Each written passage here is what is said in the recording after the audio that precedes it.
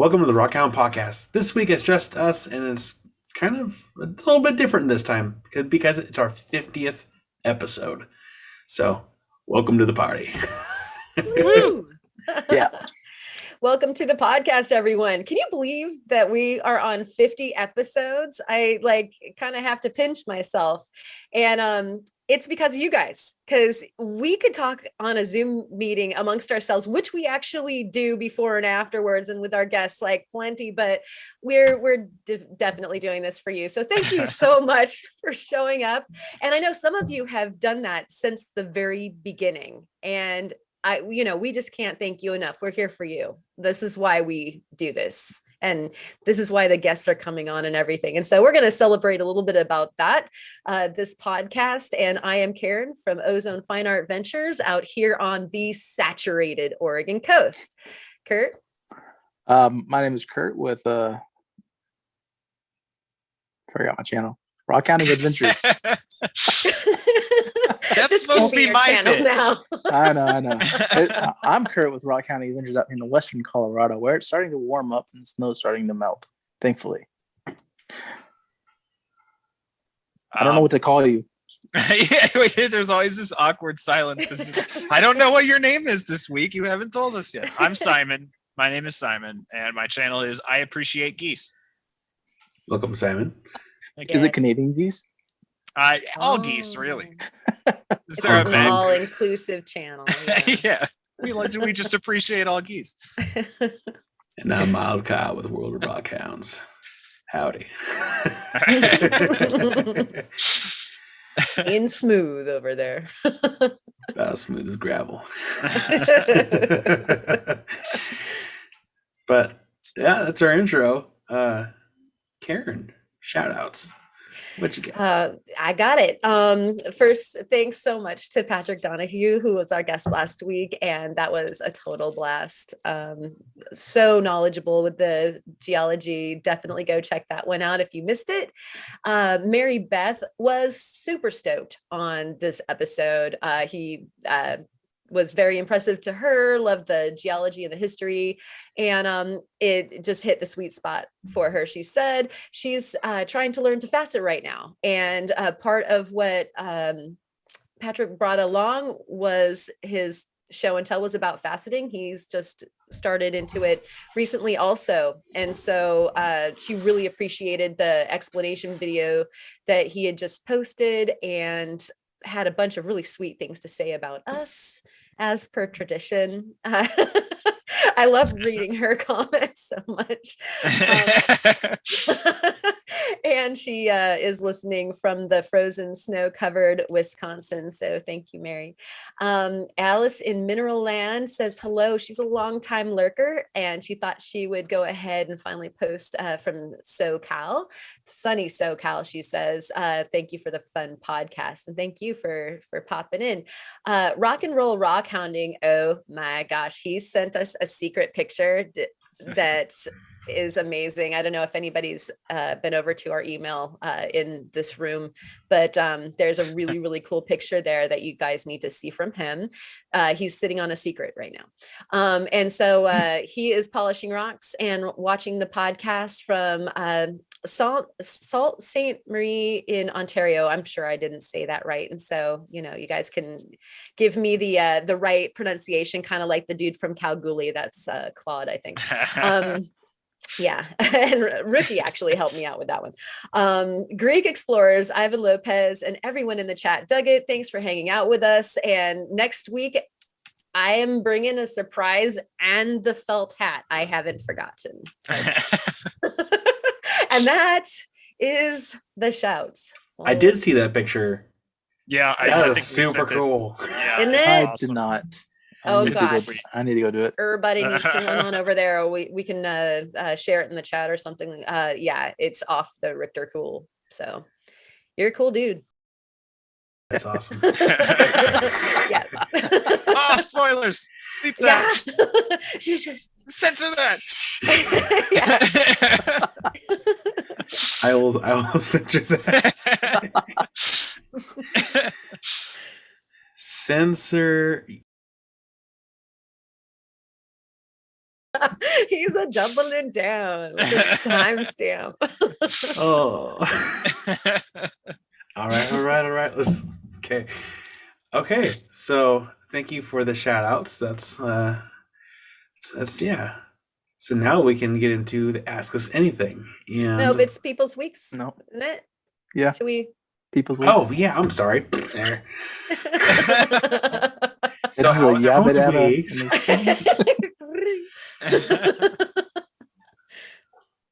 Karen. Oh, okay. My week, like I said, it was saturated. I could have gone swimming out my front door. My Wow. yard was, just I thought you meant like hue saturated. that would be very nice. Sorry. But There's a photography joke. yes, for you. it was incredibly pigmented, but alas, no, like my ducks were so stoked. They were just like floating everywhere. Can I imagine. appreciate them also. Yeah. Oh, the channel Aw. is really inclusive. Oh, It is. Aww. Just waterfowl in Aw. general. Aww. Yeah. Birds was too vague. 'Cause I don't appreciate all birds. And I got some boxes in the mail. Thank you everybody for sending boxes. I think that I could probably finish my career with unboxing videos at this point. But I won't. I'll still go out and yeah. So part of that is actually coming up in the show and tell, cutting and polishing. Also coming up in the show and tell, and a video hopefully coming out this weekend about it. That's it. How about you, Kurt? well, this past week it's been warming up, so the snow's melting, and hopefully all the snow melts and I can get back out to the rivers. But I know we're supposed to have some cold weather, snowy weather blowing Saturday, Sunday, so I'm hoping it's not too bad. But as far as what's been going on here, Monday I just posted a video where I tumbled some mica and showed you the steps to do it.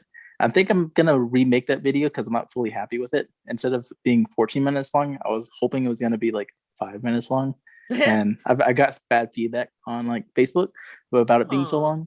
long. But I wasn't fully happy with the video. But I'm gonna do that again in the near future. And I want to say tomorrow it's supposed to be some decent weather, so I'm gonna go outside and do some cutting, and do some cutting on one of the stones that you'll see on the show and tell later. So that's pretty much been my week so far. So what about you, Simon? I almost forgot. Mine's gonna be real quick. It's the cold is back in Montana. I say as sadly as I physically can. So it's gonna be a while before I can go out and hunt again. We had one beautiful day on Tuesday, but it was spent doing like life stuff. It can't always be rock hunting. I wish. So all I've been doing all week is Maker's Challenge project. So I can't talk about that. So that was my week. How about you, Kyle?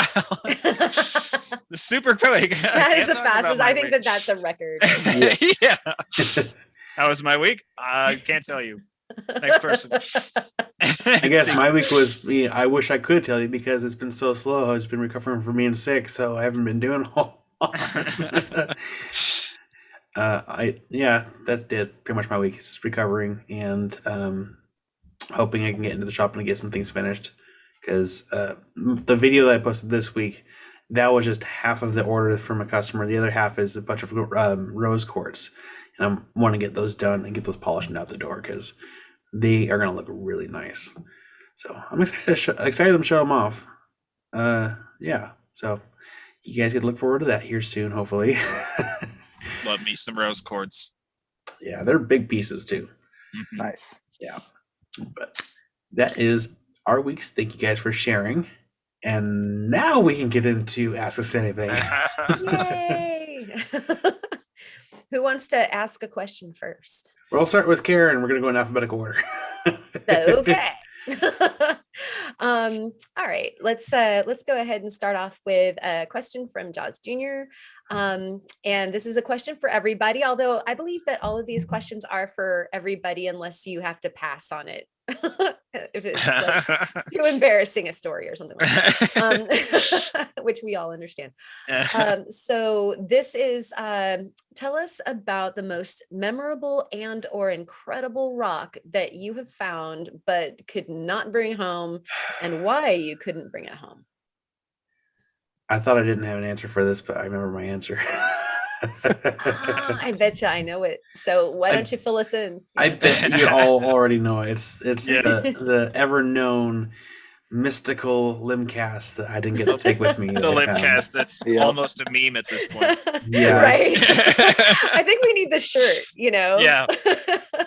This should be mine. Oh man. So yeah, I mean, it's just it was one of those things where they were digging in the property with an excavator, and long story short, the guy took a call. He left, and I'm going around the tailings to see what I could find. Found something that was cylindrical shape. I'm like, oh, I wonder what this is. Take it to the bucket, wash it off. I'm like, oh, it's limb cast. Brought it back, and he's like, I had asked him I had asked him if everything was kind of fair game, in the tailings, and he's just like, everything except for that. And I really couldn't hold it too much against him, even though I was pretty irritated. Because at the time, it was his property. It was his equipment that he was using. But, he didn't really even give me the option to, here's $50, even though it was, I don't remember if it was a sale day or not. It was, I think it was, $1.50 a pound. And I should have just put it in my bucket. Cashed out. I'm like, oh, yeah, this is what I found. But no, they think these limb casts are several $100s. There were several $100s, and they're not. The chunk of limb cast is worth maybe 50 retail, 50, 60 max, no more than that. And I think at the end of the day, because I did some more digging after that, and he could tell my frustration, because usually when I get mad, I get very quiet. I mean, more quiet than usual. Super quiet. Are you quiet? Yeah, are you mad all the time? You must hate us.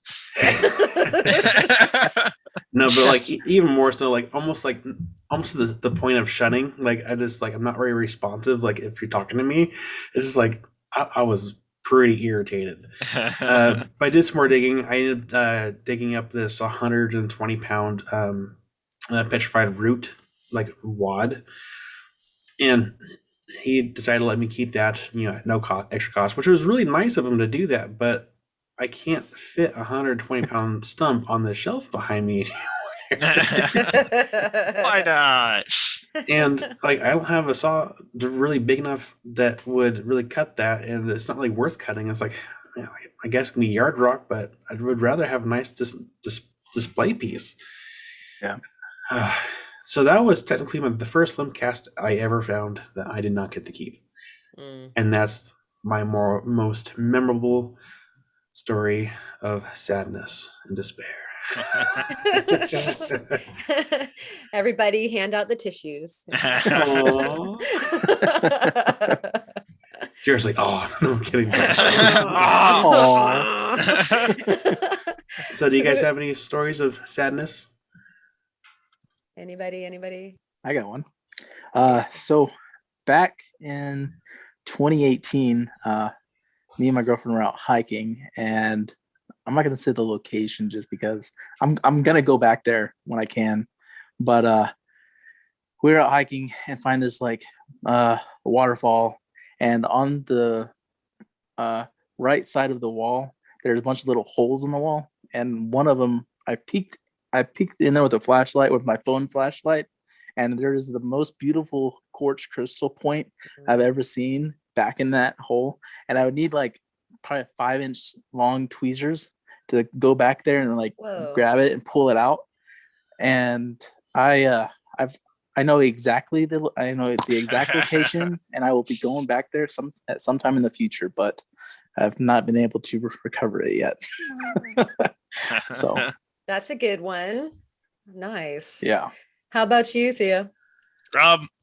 We're kind of fortunate where we are. It's if you're hiking along the Yellowstone River doing rock hunting, typically if you see an agate, you can just pick it up and bring it with. I mean, it's not like an agate that got away or something like that, or like, and most agates are big enough. Yeah, exactly. Got up and just took off. Like they're still, it's mostly, even a big agate is still small enough to bring home with you in Montana. Seen some petrified wood that I wouldn't bring home just because it was too big, but that's okay. There's plenty of other agatized wood along the Yellowstone. I think the only one that I could say, there's none of them really like hurt. The ones that I've left behind have all been like, yeah, I don't realistically want to bring this back just because it's like either cooler the way it is or I don't need it. So like the one example I'm going to use is actually going to be coming out on Saturday. This is a hunt from the summer that I never got around to posting. We were in South Dakota, and there's a spot. I say it in the video, whatever. Iron Mountain Road in the Black Hills is awesome. And there's one part along that road where you come into, there's like a little pull off. And if you get off at that pull off, it's a literal cliff face of hot pink rose quartz.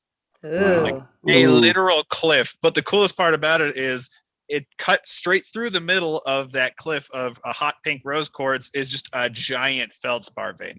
And that feldspar literally, it has such perfect cleavage that it literally just looks like one enormous crystal.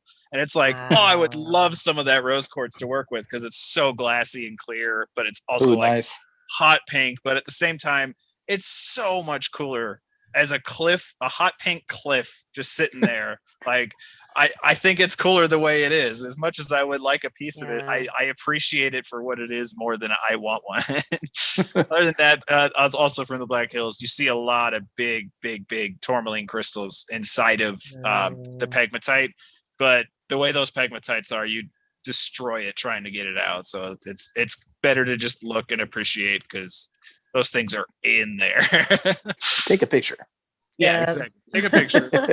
I actually used my air scribe to excavate some of those tourmaline crystals because I use it at any opportunity that presents itself. But yeah, none that really like hurt to leave behind. But yeah, there's been some that I'd just liked the way they were. Yeah. I actually had an incident when I was coming down the beach and there was a big landslide. And this is how the good stuff gets deposited on the beach a lot of the time. Sometimes it comes up from below and the sand gets dragged away and you've got the gravel coming up. And that's, also the boulders that come down from some of the layers that are hanging out in the hills. So this one great big boulder was coming apart a little bit. It had just come down. And I have a 3-part section of what is probably a sea lion rib that had just fallen out of it. Like you could see the impression from where the pieces came out of. And it was like, and then they had broken, on their way out or whatever.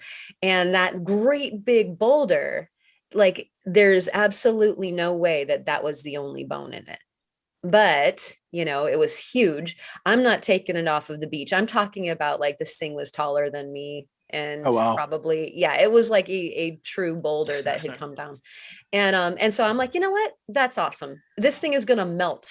That's how the beach works, is that like the next time you go, it's going to be like 5 smaller boulders. And so, I'll check it out. The next time that I went, which was quite some time, it was like this time of the year and there was a lot of storming going on. And I just didn't make it back to that particular location for about a month. The whole boulder was gone. Not a shred. Wow. That's crazy. None of the fossils that it would have deposited. I mean, it was so stormy. I don't think anybody came along and did anything about it. I think it was just so darn stormy that whole thing just disappeared. I was like, am I in the wrong place? Yeah. So, and I got my consolation prize from it, but like, I'm sure that like there was probably a whole articulated sea lion. That's insane. It was so big. Yeah. Anyways, that's my leave it behind story. That's so cool. Yeah, thank you. Yeah, thank you guys for all your stories. I just really quickly side tangent. Sorry. There was a few keywords in Theo and Karen's stories that just kind of sparked possible merchandise ideas for the channel. Oh, cool. I'm not sure how one shirt idea will probably fly. It might be more for a Spencer store. Actually, Oh, dear. the shirt and the back idea might be for a Spencer store because of the way that it's worded. But it'd be funny just have a backpack with the word on the back over the shoulder boulder holders because you're lugging Yeah. boulders in the Oh, yeah. backpack. And then have a shirt that has like some crystals on there or even some feldspar and it says nice cleavage. Yeah. I think that one exists. Oh, it out does? there. Okay. I'm pretty sure. Yeah. I guess my ideas aren't that original. No, it's a good idea, but it seems like whenever I go to like, Eastern Oregon, you see some of like the most incredible hats and t-shirts of, like people's like dry and somewhat, under under humor. Yeah, there was a nice cleavage shirt out there, and it was on a rockhound that was wearing suspenders. Huh. Yeah, I I mean, wouldn't have it was any like, other way. right? It was like a prospector. Yeah. Yeah. So I was like, okay. Well, kudos to the person that made the shirt already. Well, that's not to say that there's like a gazillion different ways of doing that. Stop, I see a rock, shirt. Like everybody's got one of those, like in different fonts and stuff like that. I see them everywhere. And so, yeah. I don't have one. I do. Aw. I have a hoodie. See? Okay, side tangent over. Sorry. Okay. So, Kurt, you're on next on for your question. Sure. The question I'll do is from Rookie Rockhounding. His comment says, "We all know rocks are special to each of us, and sometimes they even feel like they have a personal. But gosh, I'm gonna sound weird asking this, but do you guys ever look at a rock and go, yeah, that's a girl rock or a boy rock? I find myself doing it much when referring to them like, there he is, hey buddy, or look how pretty she is. God, I hope I'm not the only one. Congrats on 50 episodes. Well, I'm gonna be honest, I do not do that. I don't do that at all. There's maybe sometimes I will say, there you are, but I don't refer to a rock as he or she. Can I answer this one really quick? I have an answer for this one really quick. I think it depends on how many betrayals it has, for one, and also if it has any stalactites. Oh. But Well okay, Yep. I'm gonna have to bring my snare down here. Give you a little rim tap. Yeah, I think I do. I'm gonna go ahead and be out with it. Yeah, I definitely talk to the rocks. There is absolutely Definitely. Look at you, you're so cute. Like that sort of thing for sure. Lots of love. But I'm pretty sure that they get probably gendered up in there too. Yeah. Sorry, everybody. For me, I feel like the prospector from the Ballad of Busker Scruggs, when he's like, "Hello, Mr. Pocket," and he's trying to find that pocket, and I kind of feel like that's kind of me, like looking for like little scraps here and there, like, okay, where are you coming from? Like that video of you in the forest. For sure. Yeah, you were singing little Mr. Pocket tunes, weren't you? I was, because I was like, "Where are you, Mr. Pocket?"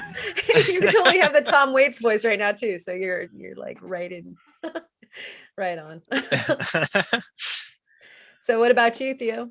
I would say for rocks, probably not. I speak to them only when I'm angry and they're not cooperating.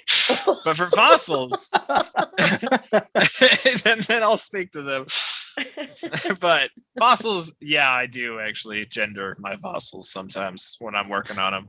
But that might be a cheating answer because ammonites, theoretically, they obviously can't prove it because there's like no actual animal left inside. It's just an empty shell. But theoretically speaking, the smaller ammonites are believed to be male and the big ammonites are believed to be female. So when it comes to fossils, I refer to them as such, but that might be more superstition than anything.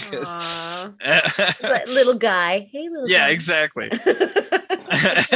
Which is funny because Alexis has pointed this out. I do that for like animals too. If I see a small animal, I will almost always say, look at that little guy. But if I see a large, majestic animal, I'll always refer to it as she. And she's like, why do you do that? I'm like, I don't know why I do that, but I do that. That's true. I do that. Yeah. It's hanging out. Yeah. But no, I've given many a rock a stern talking to. So yeah, this seems reasonable. It's a good question. It's not weird at all. No. We all talk to rocks. Yeah. But oh yeah, I talk to them for sure. My therapist says it's okay. right. That it's okay for now. Yeah. Of course, my therapist is also a piece of quartz, so she would say it's okay. All right, next question goes down to me, and then it's actually from Patrick. He says 50 is a lot of episodes, almost a year. We're actually, we're about 2 weeks away from 2 weeks away from our 1 year episode. So look forward to that one. Can you look back on yourself 50 episodes ago and talk about the podcast change? Okay, and talk about how the podcast changed you in terms of stuff like rock hounding, public speaking, your channel, or your rock related interests. So who would like to start off on this one? Or do you want me to go ahead and start off? I can go if y'all want. Yeah, take it away.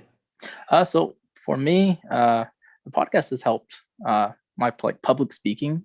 I've always been really a shy person. Like if you've ever tried to get to know me, not on here, but in person, I'm normally extremely quiet until I get to know you. And being here on the podcast, and then also on my channel, it's really helped with just public speaking and pronouncing words properly, to where it doesn't sound like I'm slurring, like I'm a drunk sailor or whatever. But I'd probably say that it's really helped me with public speaking and pronouncing words, and then also creating connections with all of you guys. Like I didn't think I'd become close friends with Karen, Theo, and Kyle, and all the other channels, but it's helped in a lot of ways. So, Aww. Okay, we got our aw, Phil. no more awes. No more awes. We'll see about that. Yeah. I don't know if I can pull the aw plug. Well, thank you, Kurt. I think for me, it definitely changed in a lot of the same ways that Kurt enunciated so nicely. The public thinking, that's great. Good Freudian there. I never think in public. It's dangerous. That's a private time. Yeah. That's what you do at home with coffee. Yes, lots of coffee. Yeah.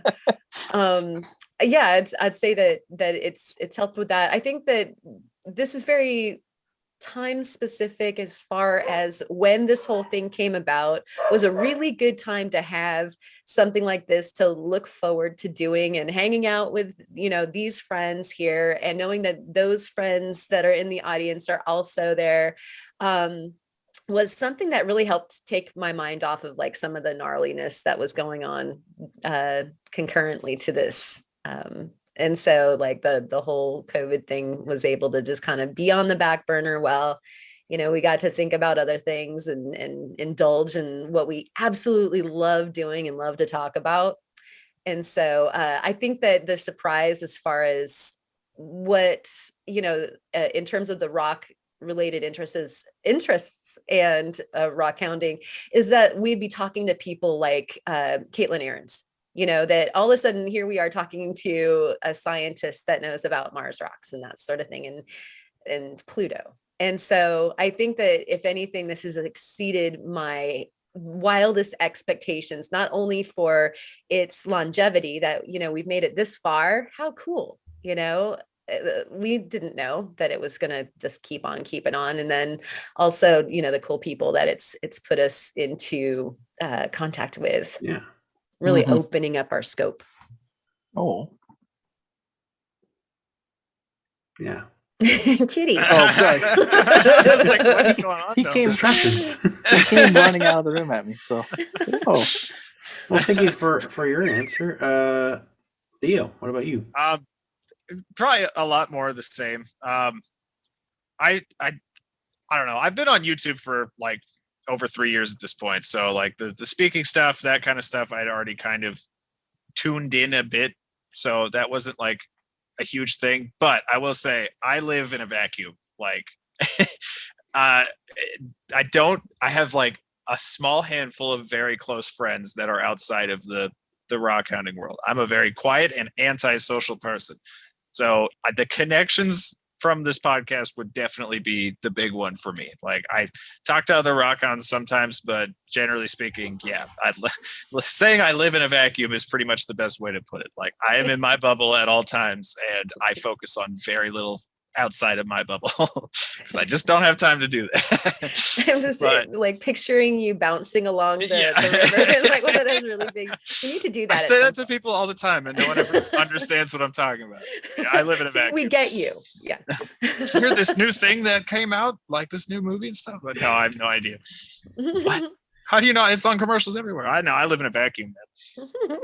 Don't have cable television. Yeah, I only watch YouTube, and that's not as much of a joke as I would like it to be.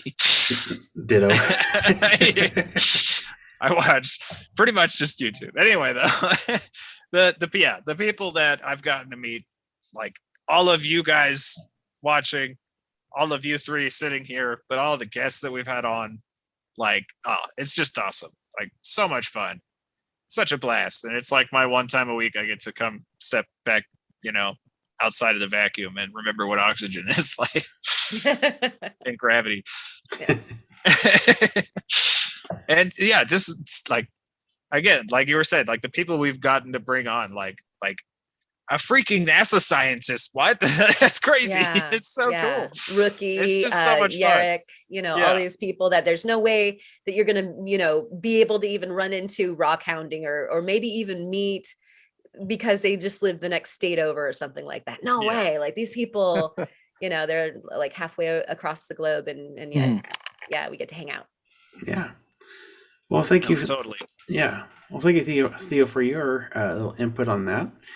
I think mine is very similar. You know, the people, the community, but a lot of it is also part of the adventure too. Like we didn't know where this was going to go when we started this.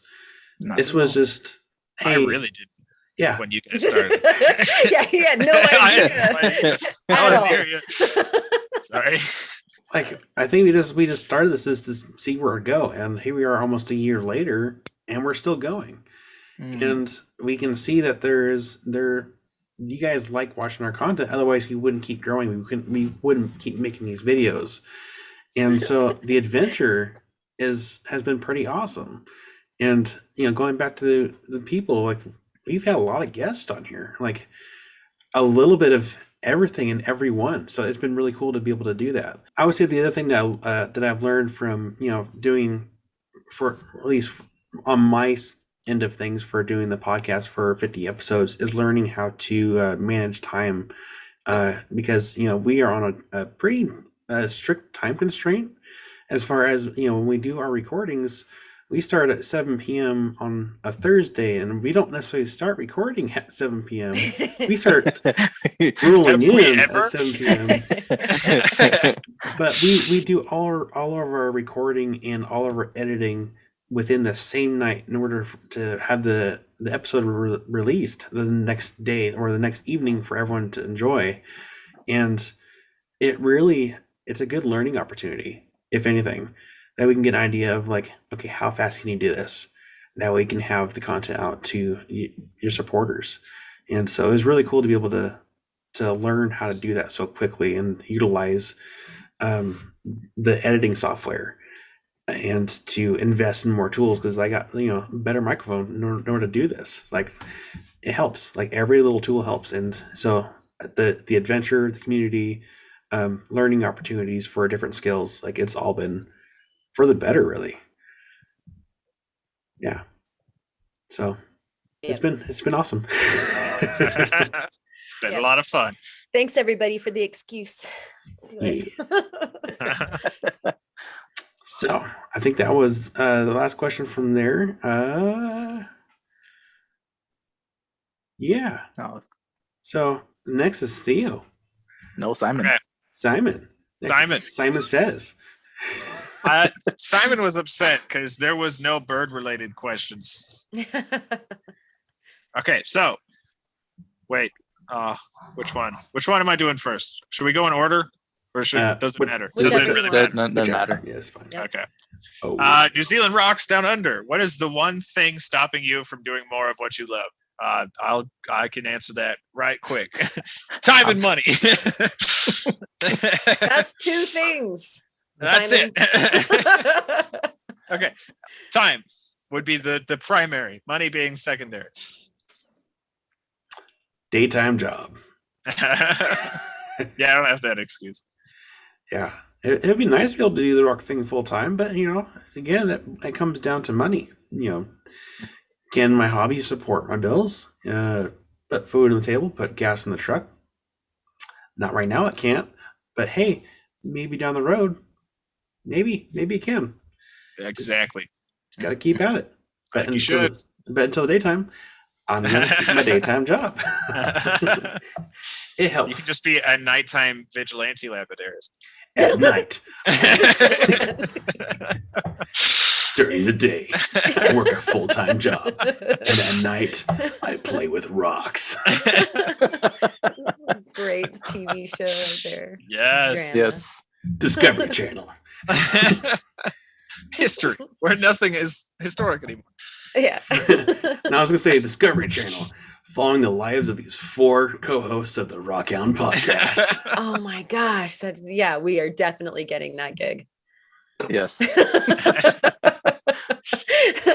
Yeah. When they watch the Jamin one and they're like, this is where the gold is right here. Right. What about you, Kurt? I'd probably say time and money as well, but currently it's a snow. As soon as that snow melts, I'll be out. I'll go out there, start getting more videos out on the river, rock hounding, and so forth. So Right on. That would do it too. yeah, that's what I thought Theo was gonna say was Well, here's the thing: snow and ice. The snow will go away, but I don't know. have the time to go to Florida right now, where there isn't any snow. Yeah, give it a month, and then we can. Then I will have more time and money to be able to go to Florida and escape the cold. I'm gonna cheat and I'm just gonna say that I'm doing what I love. So I don't have an answer for that. That's what works. Yeah. You're so happy works. with what you do, and you do what you love. Yeah. Bob Ross would be happy. Do something every day that you love, or that makes you happy. Something, yeah. Show. To be fair, I do what I love. It's just I can't do the other half of what I love right now. But I want more. But I love like the lapidary end and the making stuff, but I also love the acquiring the things to make the stuff. So which we can't do for a while. Yeah. That makes So I sense. guess they've said. But I do love my job. Well, thank you guys for all your answers, and now we go back up to Karen. All right. And I've got a question from Mary Beth. And she is asking for all of us to answer, do you have an inspiring story that would interest someone into rock hounding that had never done it before? Somebody have one of those? I would just say if you love beauty and love nature and love things that are shiny, just start rock hounding. It's probably one of the Yep. easiest hobbies that you can ever get into. One of the easiest, I think. I mean, if you're collecting bugs or plants, you can just go outside and collect those too. But hey, rock hounding is like one of the most easiest hobbies to get into, and it doesn't matter if you're collecting like the most smallest pebbles in the world, because those are going to be the easiest ones to display. You can put them literally anywhere. Start small. You can always work your way up to a big boulder, but hey. Mhm. Yeah. Nice. So pretty much what Kyle said. If you love nature, if you love like mountain biking, kayaking, like all those places, you can find rocks for the most part. And anything that inspires you, just follow that. I think that's the most important thing. And so Yeah, that's my answer. I was gonna say, because there's people that hunt and fish, and sometimes they go hunting or fishing and they don't catch anything, so they start looking for rocks. I mean, Start skipping rocks. it's a win-win. How about you, Theo? I mean, I don't think I have one specific like story that would inspire someone but I mean, I feel like if you showed someone in Montana an iris agate and said, yeah, you can find these on the Yellowstone, they'd be getting their tail moving to the Yellowstone as fast as possible. Or some abalone. Right? Hey, look what you can find. I found this. What? You took my answer. That's I mean, basically the exposure factor. Even if you're not going out into nature, I think that some of my favorite experiences with the rock hounding have been when I've been at like mineral museums, and I've been at like the Tucson Gem and Jewelry Show, which would be not the hounding part unless you count like shopping mad rocks and whatnot, like but it's the exposure, like, oh my gosh, look at this ginormous, amethyst geode that's like 7 feet tall and 3 feet wide, or the fossils that didn't even have to go to the museum, like you can touch the T-Rex fossil or whatever because it's for sale. I think that the inspiration can come from exposure. So I know that's not a story also, but like if you want to inspire somebody, like Theo said, get them out there and just here's the candy. Right, exactly. Here's the Topaz Mountain, or even just man. Oh, I want to go there so bad. Oh, it's so insane. And like even just walking along the beach, like I have people come up to me a lot of times and they'll ask me like, oh, what's this? Or, is this a good one? And Kurt says this all the time. Do you like it? That's all that matters. Do you think it's pretty? Yeah, I think that's inspiring. Yeah. Well, thank you for your answers, and now we go down to Kurt for your next question there. So let's see. Hold on one second. Let me go to the next question. So the next question is from Michael Wallahy. I hope I said that right. I think so. Okay. So his question is: are there any funny stories your family tells about you that come to mind? Sorry, I lost my place. Question for everyone. Always good to have some laughs with the podcast crew. This is going to be a great episode to watch. I totally agree with you. It is going to be a good episode to watch. Super high. So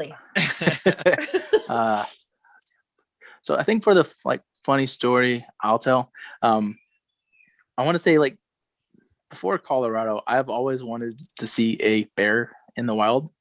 And let's see, me and my girlfriend, we've gone hiking up in Zion and Bryce National Forest, our canyon there in Utah.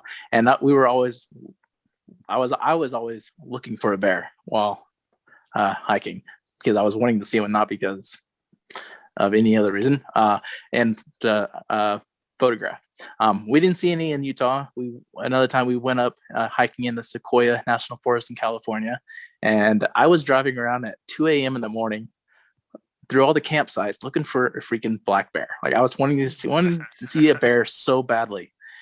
And the next day, my girlfriend says, "Look, Kurt, there's a bear over there." And I turned to look over, and I was super happy to finally see a bear. And it was just a big black lab. and she was just playing a huge joke on me. So she tells everyone this, and like whenever we were in 2019 when we were at the Smoky Mountain National Park Forest, we were out driving our cars, and she's like, "Kurt, look, a bear." I was like, "No, I'm not gonna fall for it. Like, I'm not gonna." She was like, "No, there's 3 of them. Look, look." I was like, "I'm not falling for it." And she was like, "Just look." And I finally turned, and there was like 3 babies up in the tree. The mother bear was down below. Oh my And gosh. so we parked, got out, took pictures, and it was really cool. And but that whole joke from the West, saying a bear and it's a black lab. The girlfriend that cried wolf or cried bear. Cried bear. Yeah. All right, who's next? I mean, I don't really have any funny stories that my family really tells. It's more, I mean, I have funny. So my mom just told me I used to pick, gravel out of people's driveways when I was a toddler, and I don't have any recollection at all. Just like memory that's not even there. But she says that's how it started. I mean, if you guys want a funny story, I can kind of tell you what my family used to do to keep us kids in line. I will say this. So, the cell towers or the radio towers at the top of the mountains, like way out there. I distinctly remember my mom would tell us that those towers were witch towers. And as we're driving in the countryside, or like in the farmland, you see these feeder troughs, out in the field for cows. And I know now that they're for like water or like for feed or for the cows. Well, she would say that those are witch towers, and they would fly out at night, and they would go to all the bad kids that aren't, behaving their parents, and they would turn them into frogs. And then from there, she said they would take those frogs into those troughs, and that's where they would put the bad kids that got turned into frogs, and the cows would eat the frogs. It scared us kids senseless. Just like, every time we go in the mountains, I see this like a little glow at the top of the mountain, like, or like we pass by a field and see the feeding troughs there. I'm like, there's probably frogs in there. They're little children. Yeah.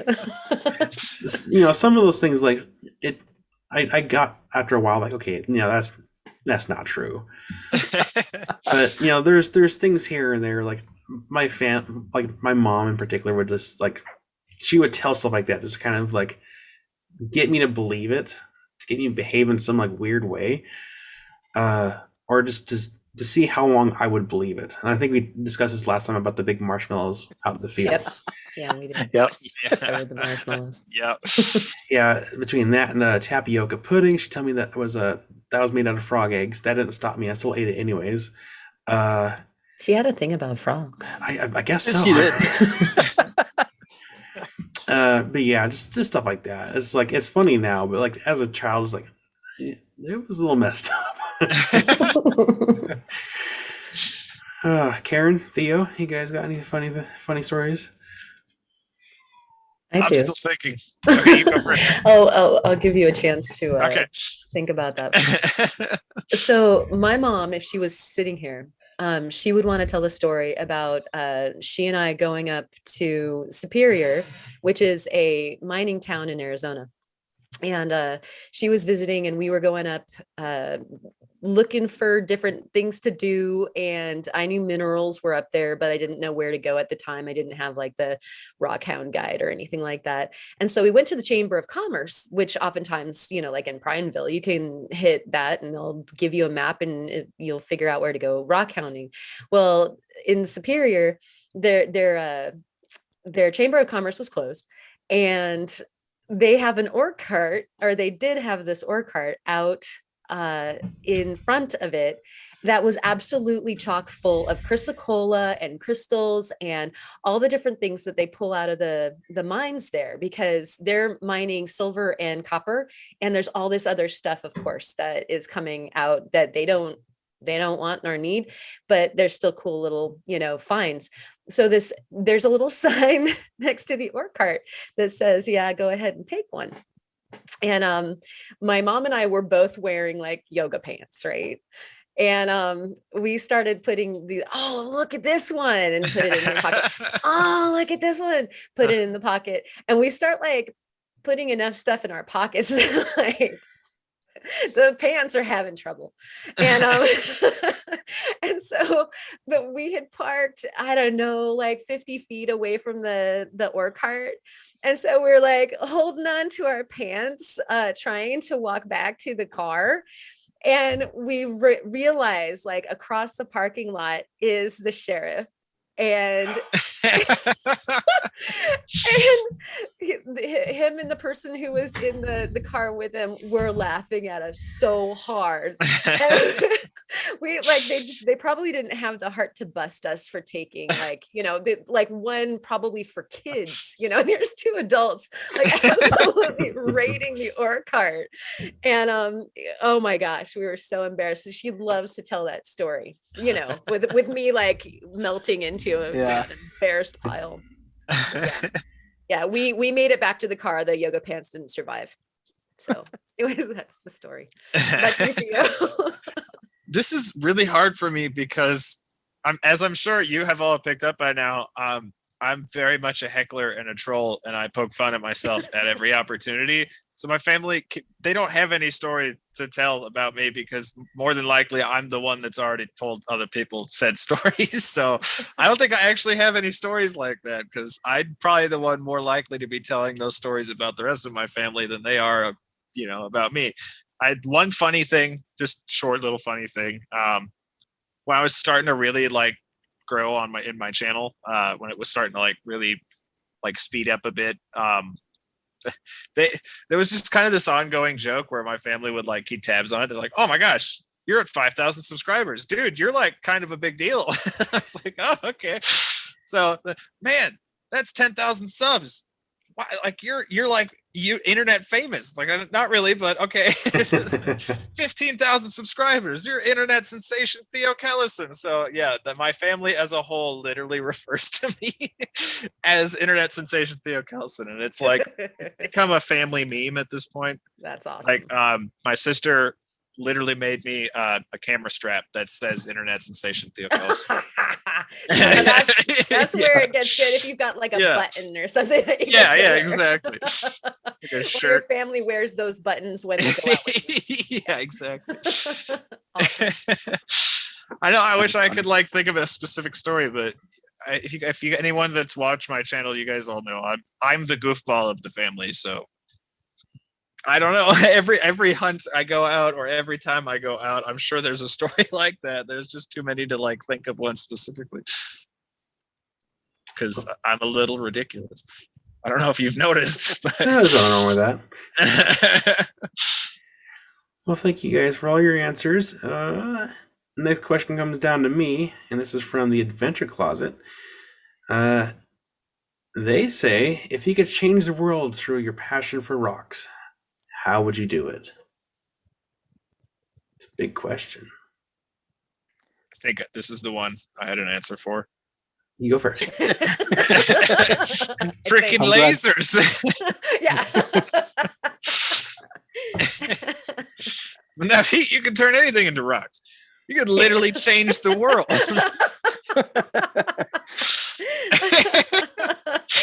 that was what she was going for, I'm sure. I think that's what she meant. Yeah, she wanted that. Yeah.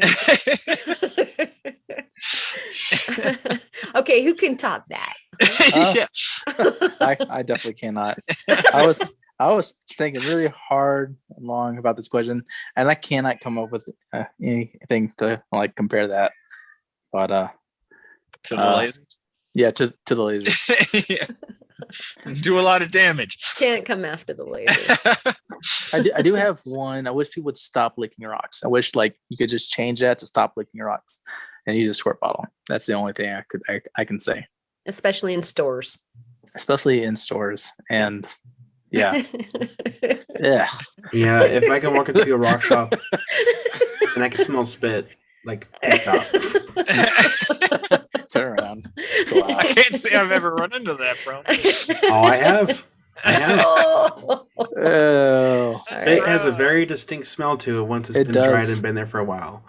Oh, that And- is gnarls. I think I should give a real answer because I feel like, that was a prime example, by the way, of, me being a heckler. But no, like legitimately having a YouTube channel is like the best way to do so because your reach Stole to my people answer is just again. insane. Oh, I'm sorry. I should have just waited. he's really good at that.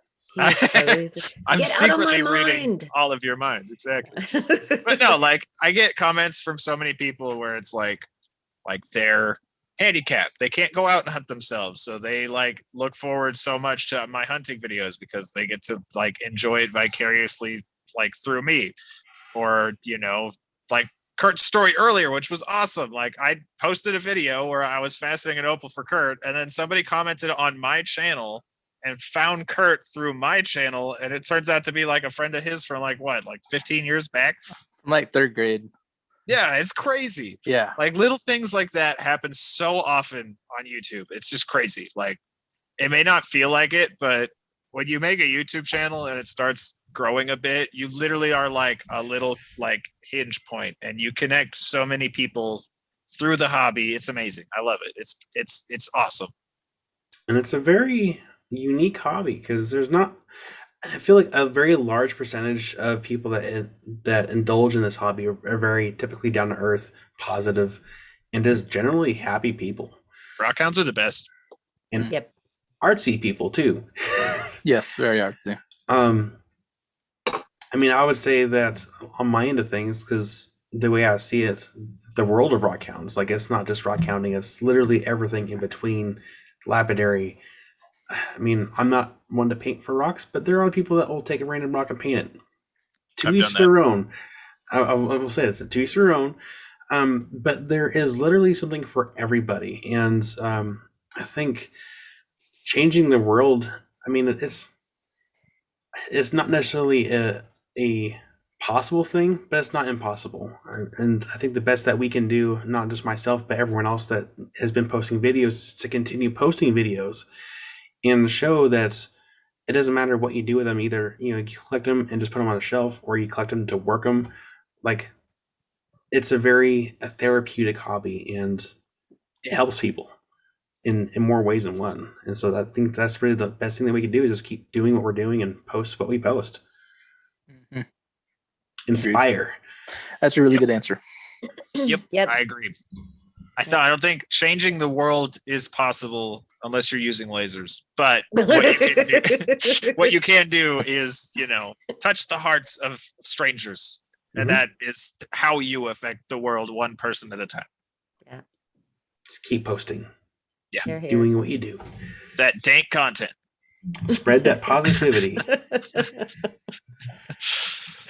So does And anyone also else, aside from the lasers, does anyone else want to add on to that? How could you? Okay, I'm Theo. gonna just say that randomly all the time now. Kind of needs to be there. That needs to be a running gag. All right. So, Greg D, what mineral rock gem do you not have in your collection that you would drop everything for to go on a hunt to collect if the opportunity presented itself? I know. Go go for it. Amylite. And like it would be Just come to Montana. I'll take you out to go find it. okay. Like that's possible. Like we can do that this summer. that's happening this summer. But yeah, by some mysterious way, I do have like a couple pieces from aforementioned I have no idea what you're talking about. invitee. Yeah. But it would be insanity, pure and simple insanity to like uncover one. I don't know if anybody is ready for that kind of glee from me. But it would happen. So just, I might go with you and suggest that you bring earphones or something like that. That like there might be some squeals. For sure. I know what you mean. Yeah, like all the bats and planes crash and things like Oh, it's in the middle of nowhere, so luckily no planes, but okay, good. Because Like, between way off the beaten path. laser beams and my squeals, like Yeah, yeah, the they did not have a lasers. chance. That's Yeah. how we find them, is through lasers. Sorry. I can't wait. This is going to be so fun. Okay, next. Sorry. Who needs to go for a quest? So, I mean, there are a few things I would like to add to my collection, and that has always been a decently sized, mostly complete crab concretion. That's been on my list for quite some time. I technically want 2 of them. Okay, hear me out. Okay. Lightning must strike twice. So I would like to have 2. I would like to have one that I know for sure is a crab inside of it, and just kind of keep it whole, maybe for the time being, but then have a second one and prep it myself, and then I kind of have a before and after. I think that's my answer. Like, yeah, I want a couple crab concretions. Yeah, I want 2. Yeah, it's hard because there are a lot of really neat places to really go. I think within several hours of where I'm at, but I feel like a lot of the decent crab concretions are north in Washington, at least on our side of the states. I mean, I would love to go to New Zealand because I feel like man, Lambo is just picking up left and right. I'm like, man, I Right, really I know. wish I You could be there. still need to walk out of the ocean in New Zealand in like a, Sigmund and the Sea Monster ghillie suit. And just be like, hey. I've come for your pickle. Yeah. Yeah. That would be so epic. You gotta wonder too, though. Like, does he also pick up agates too, or is he just like mainly like? Oh, okay. He does. picks up the random Jasper and agate. Yeah, I've seen him pick up a few. Got a I just don't know how often he picks them up. Like, I've seen him pick up a couple. I just don't know how much. I'll bet you anything it's that thing that we talk about with the channel where, like people want to see him pick up fossils, so that's probably his content. Yeah. Whereas, okay, he makes sense. probably picks up a lot of different things. Maybe he can. Like, like one of those that what was it, a fishing, like a Oh yeah. I know. Yeah. yeah. And I'm right there with you. What the heck? Yeah, you can find some stuff. Yeah. Okay. Well, so that's my answer. Kurt, Theo. Well, I'll say if circumstances were just right here in Colorado, it would be like finding some of the Amazonite smoky quartz clusters, like really beautiful large clusters. If I was out traveling and could go somewhere, it'd definitely be the Jurassic coastline. I don't care. I don't care what I find. Just going there and spending hours on that beach would just be amazing. Yeah, you find lots of stuff. Absolutely. For sure. But the question would be, how am I going to get it all back? Yep. That's the big one. Yeah. All right. So I want to, I was thinking about this question and I think I have the right answer. So like, there's some stuff in the US that I would love to go hunt for, but I also have the ability to go hunt for it in the US. I do have plans sometime in the next like 3 to 5 years of going to Australia, of going to New Zealand, because that's where Alexis and I are planning on honeymooning. Anyway, though, yeah, exactly. We weren't supposed to do that. And also, we're planning adding an extra week onto that trip so we can go visit Rookie. Rookie, get ready. Anyway, though, he already knows. Sleeping in your backyard. It's like it's a surprise, but he already knows. Honeymooning in your backyard. Yeah. And then New Zealand. So like the Australia stuff and the crabs could potentially be on the table during that trip. I want to go to the UK really, really bad for prioritized ammonites, like really, really bad. But again, those are all things within my capability. So, like obviously money is a factor, but those are things I can physically do. And they're not entirely that rare. So my answer is going to be a reflection of cost and actual ability to do it. My rock would be Paraiba tourmaline. If you guys have never seen Paraiba tourmaline, y'all need to Google a picture right now because it's the coolest stuff. Oh my gosh, it's crazy. I want some so bad. Like it's amazing. I wish I had a picture that I could just like show you all three right now so you could be on the page with me, because Paraíba tourmaline is nuts. It's so cool. And it's crazy expensive. So there's probably no way I'm going to be buying some anytime soon. So Like hundreds of thousands of dollars. Ouch. it's not Yeah. Perry the Wow. tourmaline. What is it? Paraíba, as in Oh. a country in along the Amazon, I believe. Okay. Yeah. Because it sounded like you were saying County. Perry the tourmaline. This is like Paraíba. P-A-R-A-I-I-B. Rookie, it's a guy. Yeah. P-A-R-A-I-I-B-A. Paraíba Yeah. tourmaline. I have It's seen that amazing. before. Yeah. It is crazy. I'll look it up after this. I mean, it looks fake. It's so just like electric neon colors. It's crazy. Ooh, It's I'm gonna like nuts. it. It's Yeah. insane. I love it.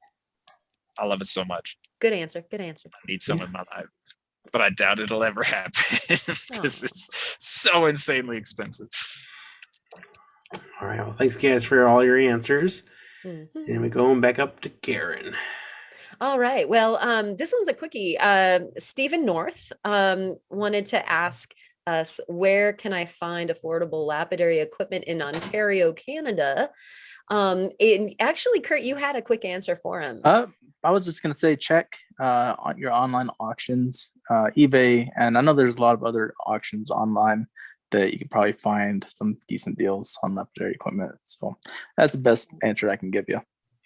And that's a good one. I was going to also ask the audience. I'll take that option. And so if you guys have some good advice for Stephen, go ahead and leave it in the comments, because that's a little bit out of my wheelhouse, at least, not being in Canada. And perhaps things are more difficult to find there. I'm not sure. So yeah, definitely leave it in the comments if you have some good ideas. I know that we have plenty of Canadians that watch the show. And so leave it in the comments. And Stephen, go ahead and cruise by and see if there's some good advice for you here in a little bit. Yeah, that's a good answer. So we go down to Kurt.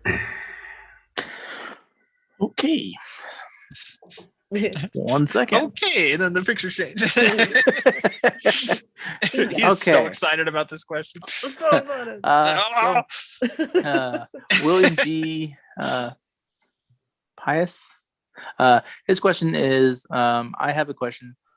What easy ID methods can you recommend for novices? I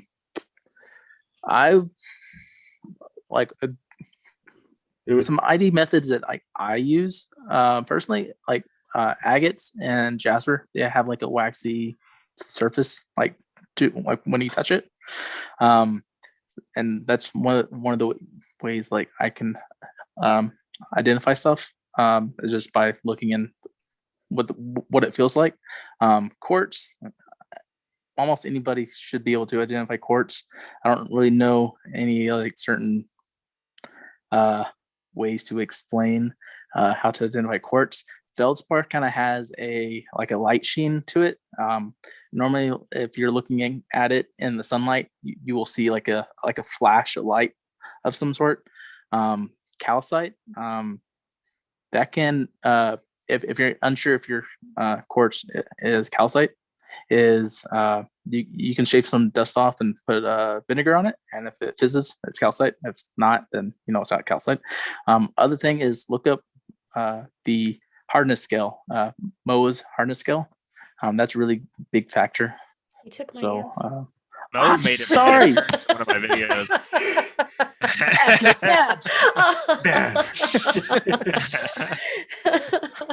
Sorry. Awesome. Yeah, that no, hurt.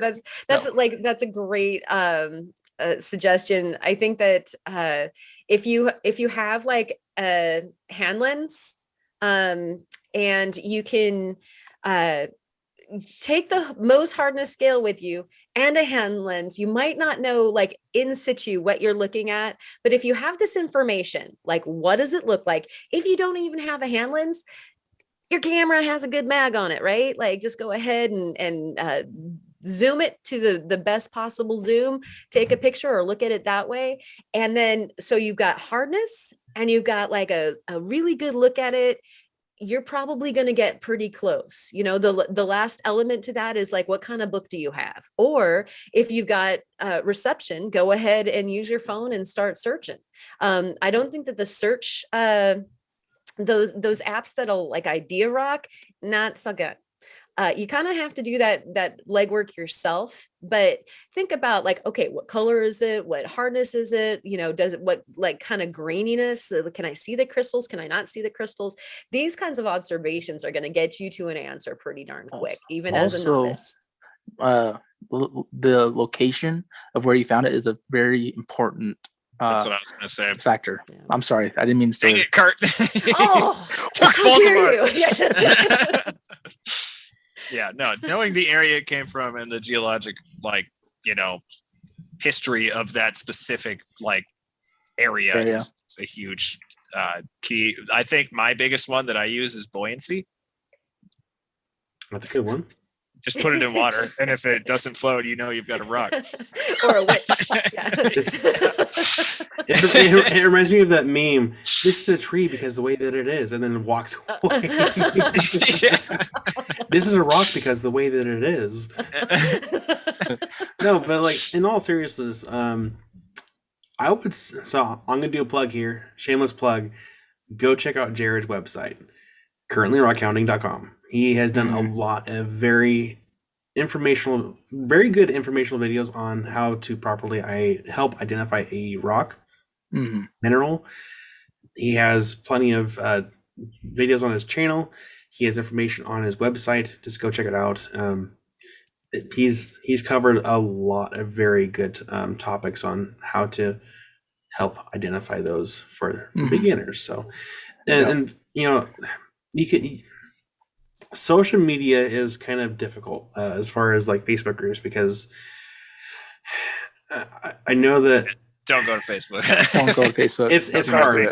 It's really hard because, you know, there are a lot of people that are trying to get help on how to identify these specimens. I see it on the daily. Like someone will be like, "Oh, what is this?"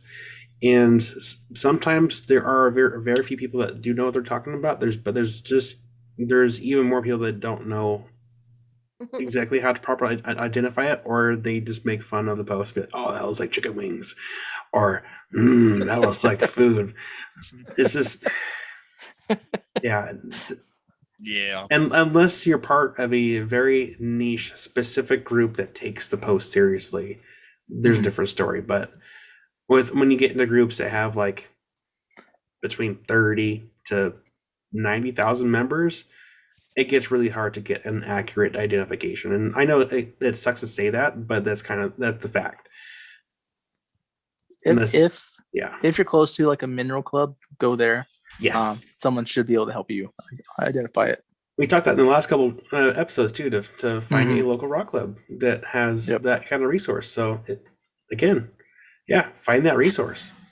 And real quick on the side note, I was gonna mention Jared, and but then I was like, I'm not gonna mention it because someone else is gonna say it. I don't want to steal everything. Still Right? one little slice from everyone. Yeah. Stealing our questions, but stealing our hearts at the same time. Aww. That's such an angry Yeah, no, it gets bigger the longer the night goes on. Okay. So I think that's right. I think our answers are pretty good enough, and we do have one more question from Patrick. And let's see here. Patrick asks, "Who was your favorite guest, and was it me?" Jake. No, we loved having you on. We like it.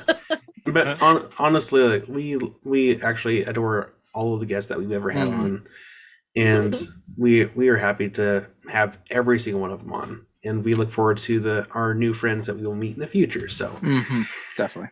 And then there was kind of a part 2 to it, the more serious question. I mean, it was a serious question, but part 2 of the serious question. I also want to ask who your dream guest, realistic and or not, would be to get on the podcast. So who wants to take this one? I can start if you want. Yeah. I'll go ahead and start because I don't want to wait and then take somebody else's. Act like I'm sounding like I'm taking someone else's. I'm just gonna go ahead and say, so out of all the guests that we've had, I've really enjoyed everyone coming on and chatting and so forth. But I think the person that I've most like clicked with or just chatting is Rookie. Like He's my boy. Yeah, talking with Rookie, it's like I've known him for years and I can just pretty much talk about anything without having to like worry about anything else. Like we've all four of us, 5 of us, have gone into some deep conversations in the rock hounding and other aspects and so forth. And Rookie is just a really cool guy, and I really appreciate him, and I appreciate him being a friend. And then You did steal my answer there. We love you, Rookie. I knew it. I knew it. We love you, Rookie. No. Just kidding. I think he was like one of the first channels I was actually watching on YouTube. What was the second part of the question? Dream guest. Dream Dream guest. guest. Dream guest. Realistic Dream or not? guest. Mhm. Is another YouTube channel. And it's a Brian Major. It would be so amazing to talk to him. So hope that happens in the future. Me too. Me 3. Me 4. Me 5. Me 6. Me 7. Sorry, I don't know who these 2 guys are. They just Do we showed have up. to I pay don't know. him? Yeah. Karen? Oh my gosh. Theo, do you know? Not ready. Yeah. Okay. Yeah. I think, and I don't want to answer this in a make it sound like any of the other guests like weren't as impactful, because it has been amazing having every single guest on. Like, just awesome. Every single guest we've had has been just fantastic. Like, Rookie is one of my closest friends when it comes to YouTube. I love that guy. Like that's just one specific example, but I think the one that was most like impactful to me was probably Caitlin. Yeah.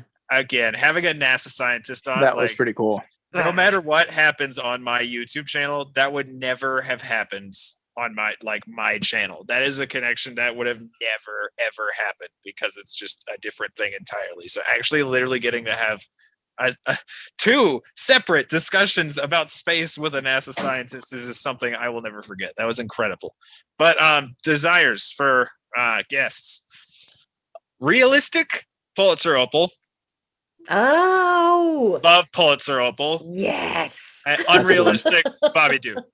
No doubt, Bobby Duke. Bobby That's Duke. good. That was There's this weird guy in Montana that keeps like trying to send energy out into the world to get you to be friends with me, and it's not working so far. He doesn't know that we're supposed to be best friends. He just doesn't know. Yet. Yet.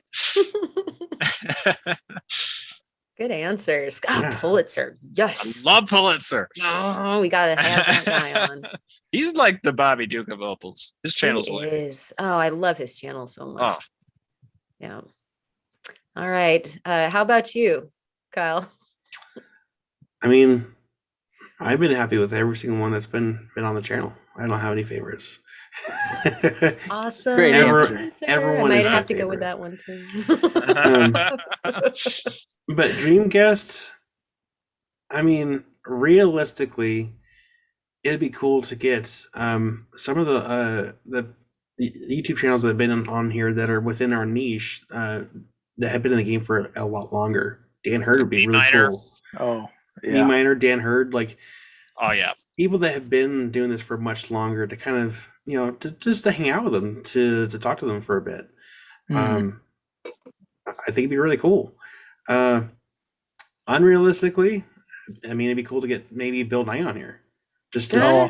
maybe see if he's I in the did send him a message, like his Facebook group a message back when we were at like 200 way. subscribers. Yeah. I think I you can joked take a about screen- that, and I I was can like, take a screenshot and send it to you. Like I totally I did. thought you were joking. No, I totally did. Obviously, he has not seen it, but I totally did. But, He hasn't seen it yet. Yeah. Yeah. But- He's getting to it. But it would be but a couple other channels too is, again, Bobby Duke's would be really cool to kind of, hang out with him and talk to him for a bit, because he's a creator, and he's Bobby Duke worked, is literally the reason I'm on YouTube, period. and he's worked with Rocks before too. Like, Yeah. And there's also another channel that I watch that does like arts and crafts stuff. Kevin and Nate, oh my gosh. Oh my gosh. My brain is just like really bad right now. Well, you're trying to recover, so you're in that process. It's all right. I think it's okay. Evan and Caitlin. I think it's the channel is called. Sorry. Oh, I've heard of them. Yeah, they are very energetic, and I like the way they do their videos, and they're fun to watch. It'd be really cool to hang out with them, and they do arts and crafts. They do like streaming gaming too, and talk about geese. I almost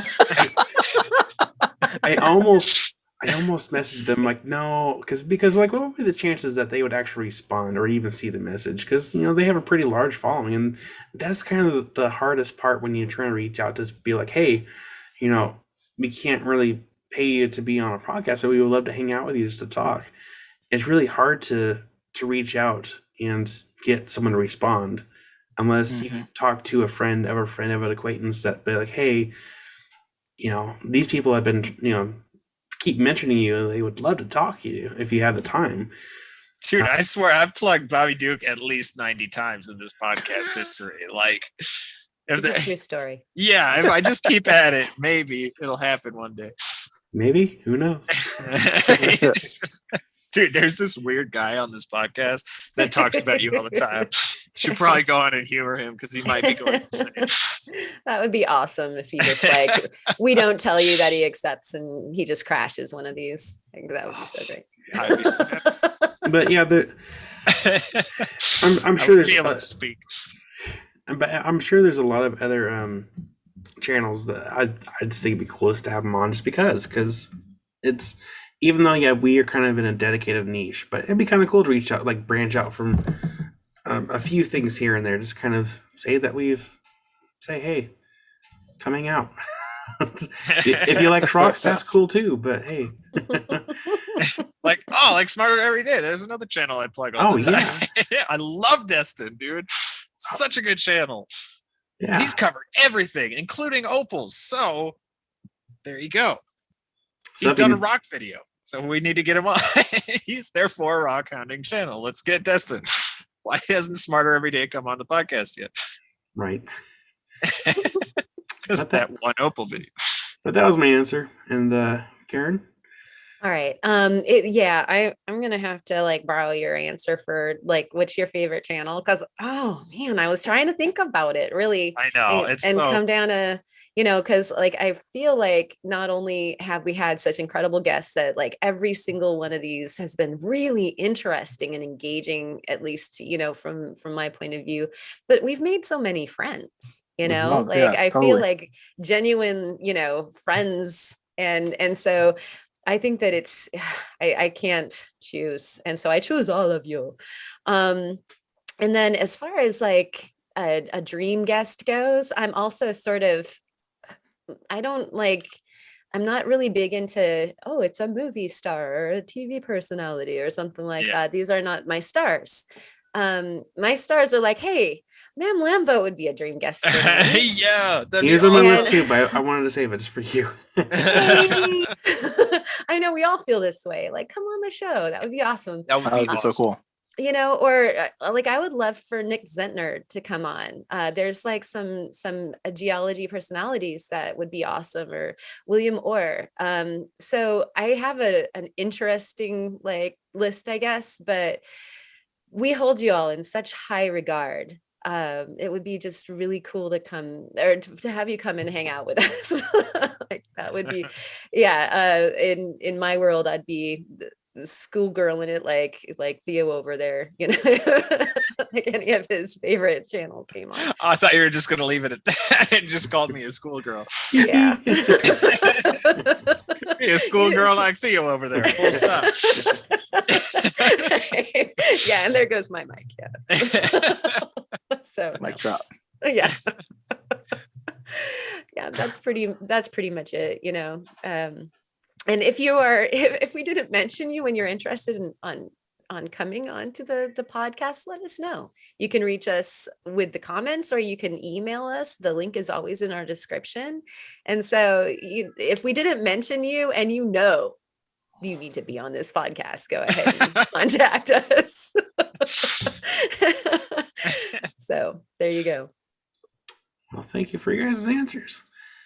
And that was actually our last question. Sorry. So, All right. We did it, guys. we are going to do All right. Good show.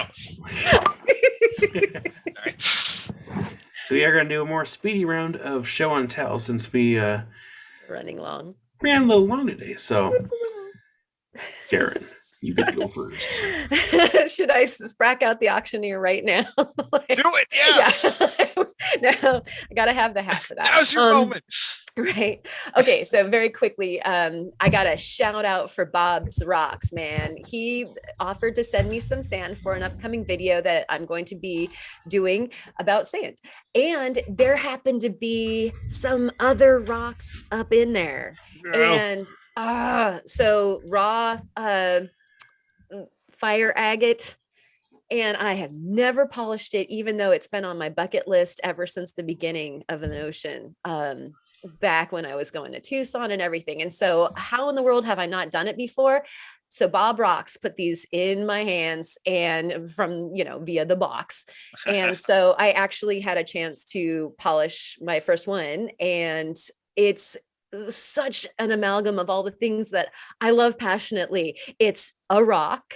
It's also got rainbows in it that you have to go find via carving. And you have to be careful of the color ball because you can lose it at any, any moment. They're only millimeters or if that thick.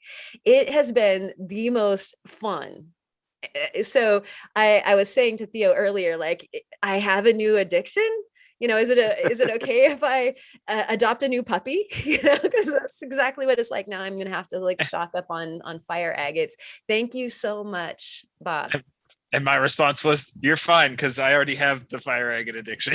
Yeah, he sends me pictures of his hoard, and I was like, okay. I love fire agate. I'm gonna get started. That was my first rock love, even before iris agate, Montana agate, amylite. Fire agate was my first obsession and still is in my top 3 favorite rocks. Like, I love fire agate. It's amazing. It's so cool. Yeah, as it was uncovering, because you don't know, it's even more mysterious to me than an opal, because you don't know, you don't know what the color bar is going to be like. I love that stuff so much. So exciting. It's some of my favorite. Yay. Yeah, I love fire agate too. I got a small stash in the garage somewhere. Nice. Yeah. Yeah. Well, I'm coming over. Rage estate. In about it takes me about an hour to get there. So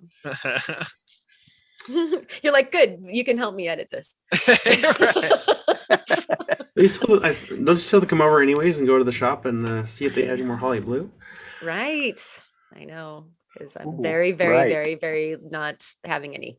Anymore. I need some of that in my life. I think we had this conversation once. We did. Multiple times. Send me money. I can do some shopping for you guys. There we go. Yep. I can do that. $1 grand.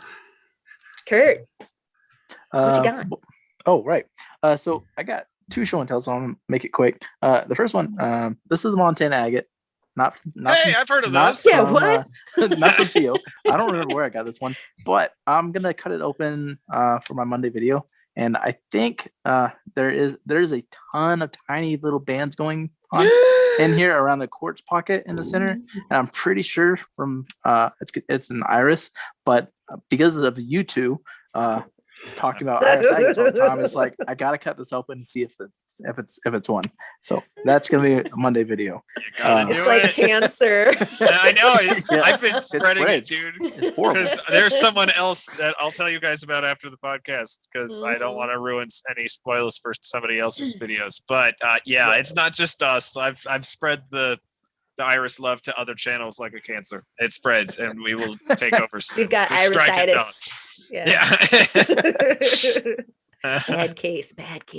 Uh, Beautiful. and the other piece, this is a piece of schist from Vermont, and it has a bunch of tiny little red garnets in it. But on top here, there is it's really fractured, but this is a green Gosler garnet. It's you can see one of the faces right here, but you can't see it in the phone camera. But also, if you take a microscope to it and you look at it, hold on, I gotta see what the magnification is. Between 60 to 120, you can see traces of like gold going in and out of the garnets. And then on the back side here, there's also black biotite mica, and smoky quartz. So just kind of a big Good cluster Lord. of different minerals. And I've been every night I look at it with my magnifying glass and just check out all the areas. So this is a really Yeah. cool piece. I'll send some pictures. I sent Kyle a picture mainly of just like this side of it, but I'll take some pictures with my phone, closer magnification, so that you guys can see. Super cool. That's the only piece I found. It's a shame that the green Gosler garnet, which is the state gem in Vermont, it's a shame that it's so fractured. But I found this in a riverbed, so it kind of explains why it's so fractured. But yeah, largest garnet I've ever found, and it's fractured. Oh, darn it. Yep, I know. Oh, okay, back. Oh. So those are my show and tells. Nice. Simon, what you Simon? got? Simon's turn. Yes. So, in honor of 50, I wanted to bring something special.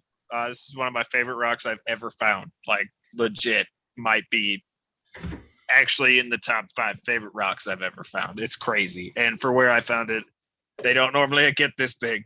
But it actually also ties in really well to my show and tell last week. Remember that agate that I polished? And it had the little etches from the calcite crystal structure? Well, I feel like I did a really bad job of explaining that. So this is actually a prime example of what I'm referring to.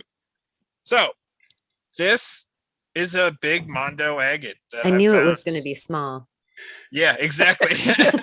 But it's got this amazing, like, agate, just huge, nice. But then you flip it over, and it's got this gigantic quartz crystal pocket that's just amazing. The agate is really not showing very well, but it's actually like blue, and it's got bands all around that crystal pocket, and like legit like big crystals and everything. Dang. It's so cool. That might actually also be a good T-shirt, like legit crystals and everything. And everything and Yeah. stuff. But if you flip it over, this is what I was referring to last time. So the way a lot of agates in Montana form is inside of basalt, and you see that crazy crystal structure on there. Yep. That is, if you look at this more like rounded stuff right here, that is calcite. And if you there's a good spot where you can actually see it. There it is. You can actually see the crystal structure of that calcite. And this is actually, again, a perfect example because there's actually a piece of the basalt still attached on top of that calcite. So when the calcite slowly erodes away, like it is doing, it leaves a perfect impression of the crystal structure on the agate below. And it's cool. Like these really still have that perfect crystal luster on those flat the little edge parts. Like I'm trying to see if I can get it to cooperate, but like, I mean, they all literally sparkle as though they were calcite crystals. Like, it's so cool. Pretty. And all Montana agates form this way. It's just they all get tumbled. So this texture, it's worn away over time. But sometimes you can find them and they still have this texture intact. This one was actually found in a small stream. So of there's acid? Yeah, exactly. I unearthed it with lasers. But it was like just a small little stream. Like you can like probably jump across it if you were impressive. I guess you could say that for most rivers. You could jump across that and be impressive. If you were less impressive, you could have gotten over this. Yeah. You don't need to be very impressive to get over this. So it didn't get tumbled. It just got eroded out of the bedrock soil stuff that's over there. And yeah, I want to get back over there really, really, really bad because we did so good over there. It's just really far away. It's not a close drive.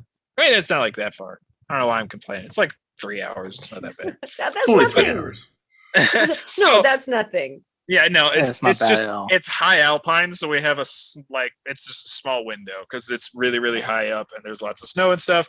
But it gets cooler. I noticed this today. I've had this rock for like 2 years, and I noticed today that this specific seam right here is amethyst. What? Ooh. It's That's so crazy. cool. Like, it's really light. It's like lavender, but it's still freaking amethyst. So And then over maybe if here, you it's up cut there. it, maybe the purple gets more purpley. I don't know if I'll Purplier. ever have the heart to do anything with this. It's just such a cool specimen. I don't know what I can do to this rock that wouldn't ruin it. It's so cool. Cut. Just cut like the very end off. Just like No, a 'cause thin that's- slice. It's not a raw Cut it, specimen if I do cut that. it. Make bookends. Yes, there you go. Just right down the middle. Yeah. Yeah, I don't know. Most of my rocks I would cut with little hesitation, but this is one of the like probably 3 or 4 rocks that I own that I probably never touch ever. It's just so unlike anything else I've ever found in Montana. This is not what agates in Montana look like. It is a bizarre agate, Well, even by Montana standards. whenever we finally come up there, we're gonna find a lot of them. Okay. Well, that's the thing. Even in the stream where I found this, all the other agates look nothing like this one, It's a rad prediction. and we will. I'm gonna take Karen out for Amalite, and we're gonna go find more of these, Kurt. We're And gonna then have I'm a gonna good come to time. Sounds good. Colorado, and we're gonna go to Pikes Peak. Yes. And me and Kyle are just gonna hang out and do whatever Kyle wants to do. Go through all the rocks in the backyard. Yeah, Yeah, we got plenty of rocks to go through. Kyle's like, I'm just gonna put you to work. Come on down. Yeah. Come out. We can probably get some food, play some Minecraft, play with rocks. Hey. Dude, everything you just said sounds wonderful. I'm so down for that. I feel like I should I'm probably the most I keep saying this like quite a bit, but I'm actually pretty vanilla. Like I'm very laid back. I don't do like super like exciting things, but the things I do, it's very relaxing. It's very laid back. Like, hey, we can just do something easy. I don't care. As long as we get to hang out and enjoy our time, that's fine by me. Amen to I want to that. race motorcycles with you guys because sorry. Up Pikes Peak. There you go. That's a thing. With Yeah. razors. Yeah. With lasers. On lots of coffee. And the meme was Yes. Yes. Oh, thank you for all your guys' show and tell. Mine is pretty easy. I don't have it with me; it's out in the garage. But But Theo's gonna go nutsoid. I know. I saw it, and I'm like, what? so my thing is like I typically will do this. I'll go to a shop, go to a show, and I'll buy some stuff. I'll put in a brown paper bag and I'll stash it somewhere, and then I'll forget about it, and then I'll rediscover it. And so the other week I bought some. I guess it was about a month or so ago, maybe a little bit longer.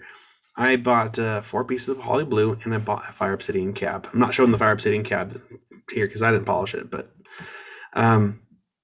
so these pieces of Holly Blue that I'm showing right now, I plan on doing something with. I don't know exactly what or when, but I purposely brought them out of the brown paper bag and put them on the shelf so I can see it. So it reminds me, hey, do something with these. I'm kind of leaning towards maybe making some matching necklaces out of the thinner pieces and do some thin cuts, polish them up, and just make some really nice necklaces with some sterling silver. Keep it easy. It doesn't have to be super, flaunty.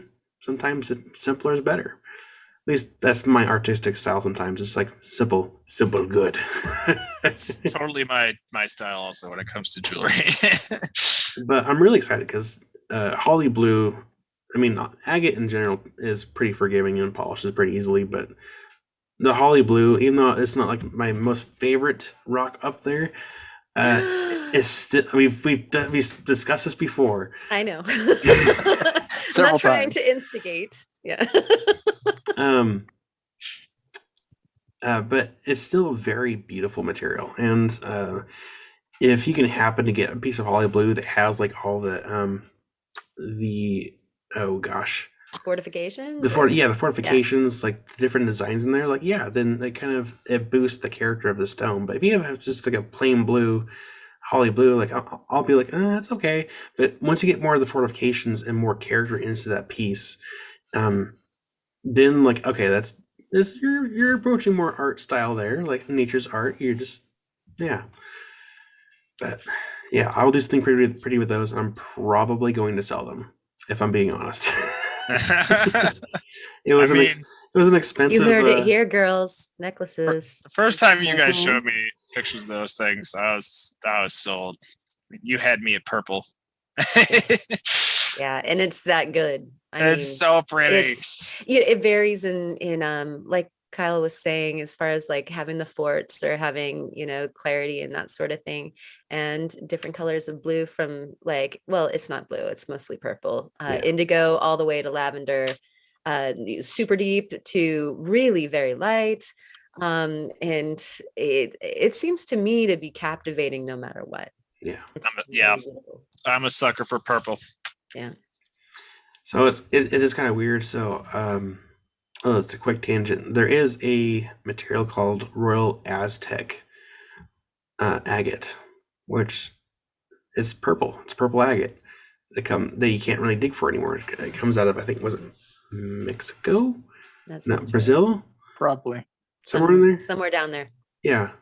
I think it's Mexico. But you can't dig for it anymore. So like I kind of like that better than holly blue a little bit, but it's all can't the same. Dig for holly anymore either, man. I know, but I feel like there's more of an abundance in the holly blue when you're in Oregon, because in Oregon, yes. In Oregon, because but like not other places. Yeah, I've never even seen one. Because there's always that story of like, oh yeah, this family, sold their house, or they're going through stuff, or they're doing a renovation, and they come across a bucket that has been buried under a porch, or has been left in a storage shed somewhere, and that's literally where the shop got this holly blue. It was buried under a porch in a bucket, and you guys saw the pictures. They are good colors, and you just when I walked in the shop, it's like just a tub just sitting there, and I'm like, okay, those are good colors. Like it's not like a pale color. Like there's some deep colors in there. I'm like, okay, I'm listening. Like I can do something with these. But end of my tangent and end of my show and tell. It's beautiful. And now we can get into words of wisdom. All right. Yes. I would say my words of wisdom are do not give up. And maybe it just needs another try. Keep on keeping on. Have fortitude. Have fiery tenacity. Boy, I've been going through some trials with some cutting and polishing of a material that it was so elusive. And I was really having like a bit of frustration with it. Theo said he talks to naughty rocks. Well, these ones. The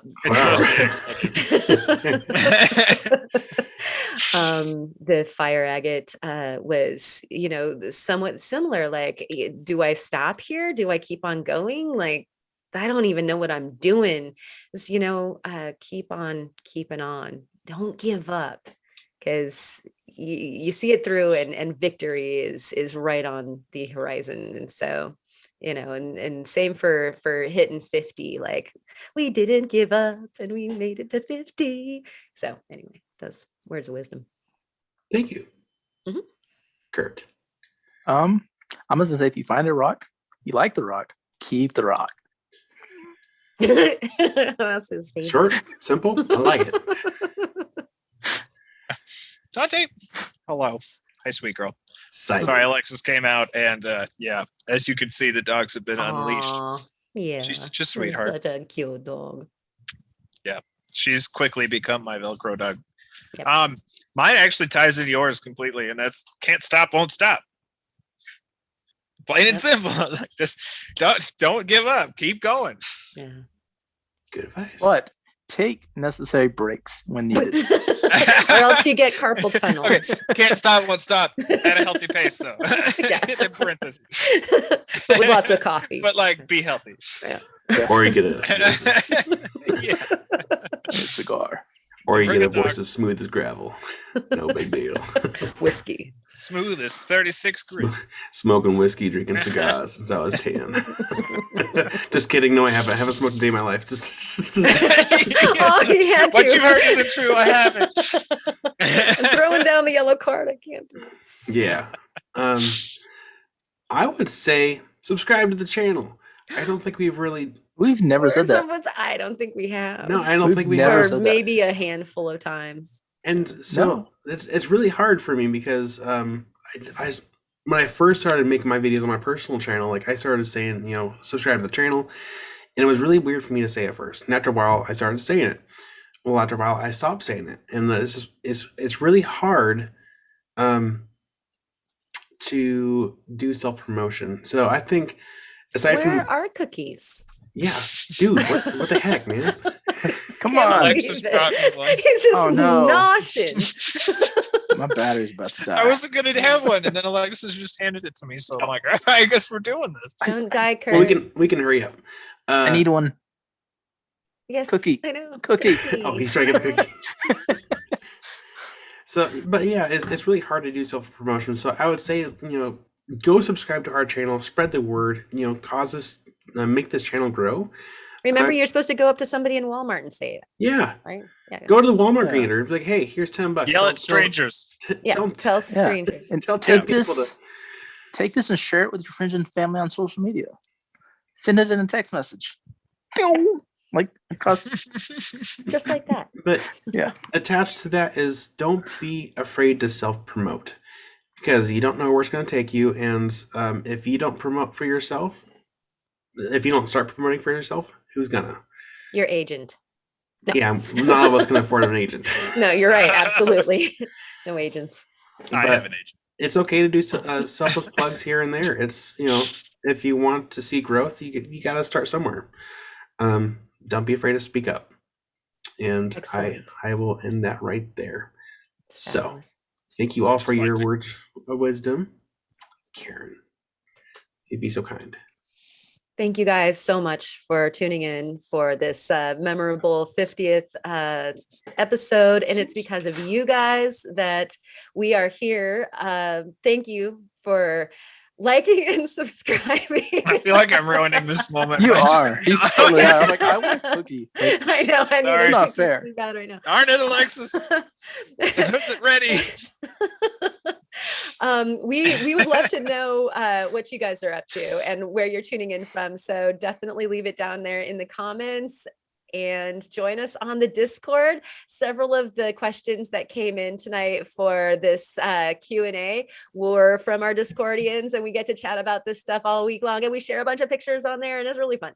So there's an email address for you to send me a request for the invite. I send you the invite back. You're on the Discord. You can also send your show and tells there, and we are compiling for the next viewer show and tell. And until then, and until episode 51, thank you so much for coming, and rock on, and tune in next week when Theo says The dates for the Makers Challenge are